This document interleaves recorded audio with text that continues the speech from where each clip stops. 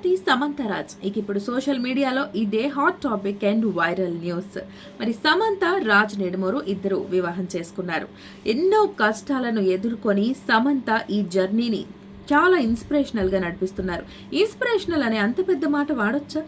ఎక్కడో మారుమూల ప్రాంతం నుంచి వచ్చి సినిమా ఇండస్ట్రీలో టాప్ హీరోయిన్గా ఎదిగి ఒక వివాహం బ్రేకప్ తర్వాత కూడా తనని తాను నిలదొక్కుని ఒక అరుదైన వ్యాధి మయోసైటిస్ని కూడా గెలిచి సక్సెస్ అంటే మనల్ని మనలా బతకడం, మనం మనకు నచ్చినట్టు జీవించటం అనే మాటకి నిదర్శనంగా నిలిచారు సమంత. కామన్గా సెలబ్రిటీస్ వాళ్ళు నచ్చినట్టు బతకలేరు, కానీ దాన్ని నిజం చేసి చూపించారు.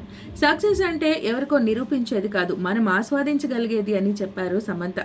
మరి ఇలాంటి సమంత తన మెంటాలిటీకి తగ్గ వ్యక్తి అయిన రాజ్ నెడుమూరు ఫ్యామిలీ మ్యాన్ సిరీస్ డైరెక్టర్తో అప్పుడు పరిచయం అయింది. వాళ్ళిద్దరూ రిలేషన్లో ఉన్నారు కొంతకాలం. ఇప్పుడు ఒక భూత శుద్ధి వివాహం అనే ఒక ప్రక్రియ ద్వారా మనకి ఆదియోగి ఈషా ఫౌండేషన్తో వివాహం చేసుకున్నారు.